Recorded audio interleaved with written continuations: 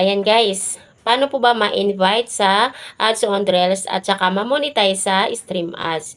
Ganito yun guys. Ito po yung ginagawa ko noon. Hindi po ako nagsawang mag-post ng video, ng short video, 3 seconds, 10 seconds, pataas, 6 seconds, ganun po. Yan po guys. Hindi po ako nagsawang mag-post ng ganun po para po sa ating ads on Reels. Para po tayo ay ma-invite po sa ating ads on Reels. Ayan guys.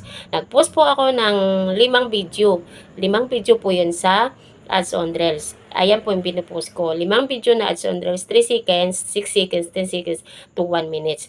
Ayan guys. Yan po yung inaano ko. Tapos ngayon, nagugulat na lang po ako na mayroon na akong settings up.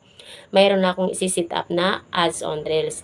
Ayan po. Ngayon, sinit up ko yun guys. Natuwa naman ako dahil ako ay na-invite sa aking ads on Reels monetization. Ayan, natuwa ako guys. Pero ang una ko na monetize guys, yung star at saka yung sunod yung ads on Reels, na-invite na po ako. At yun naman guys, ang problema ko naman ay susunod naman ay kailangan kong ma-monetize sa sa ads, sa stream ads. Ayan, kailangan ko rin ma-monetize sa stream ads guys.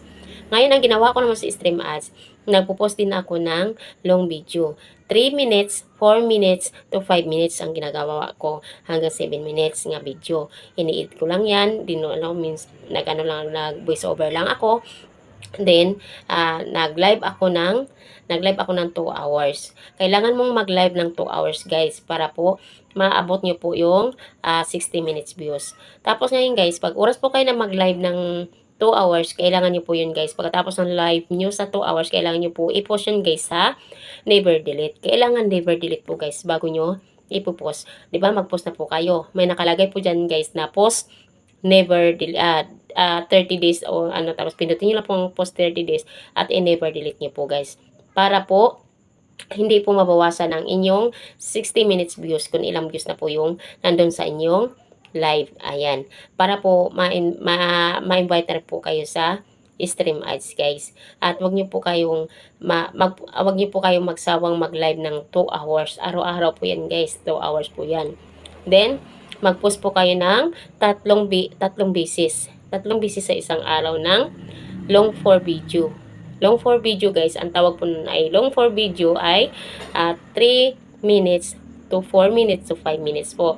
Yan lang po ang kailangan yung ipopost araw-araw din. Tatlong video, isang live. Tatlong video na 3 minutes to 4 minutes to 5 minutes po. Tatlong video po yan. Ipopost nyo po yan para po sa ating long video. At mag-live po kayo ng 2 hours para po makamit po natin yung stream ads at makuha po yung 60 minutes views. Ayan lang po guys ang aking na-share ko po sa inyo para po may matutunan po kayo at kailangan po niyo pong i-share, paki-share na lang po guys para malalaman po ito sa iba at mapanood po sa ibang aking video. Kaya yan, follow and share. Bye! God bless!